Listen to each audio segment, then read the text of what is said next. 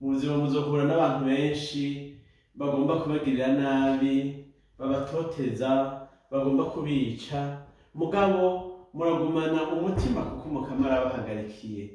Mfatira kuri Sawuli yahindutse akaba Paulo Mweranda, yarondera abakirisu kubica kubera yuko afise inguvu, ntamenye yuko izo nguvu nawe nyene afise yazihawe n'Imana. None Imana iramweretse yuko atakamaro ko gukora inabi, yuko yogerageza nawe kuvugira Kristo, akigisha inkuru nziza y'urukiza, akigisha urukundo mu bantu, kubera yuko abo bose bagomba kubica, abo babipfuriza inabi, abo bafitiye ishari n'inzigo, ni ukuvuga yuko bataramenya Kristo. Naho baba baramenye Kristo, Kristo ntaricara mu mitima yabo ngo bari we ayiganzira, ayigabe, ayiganze. None rero Umukama aratungikira n'abamarayika nk'uko aciye kuri Ananiya kugira ngo ashobore gukiza Sawuli. None rero dusabe ngo abantu bose batwifuriza inabi tubasabire bahinduke bakorere Umukama,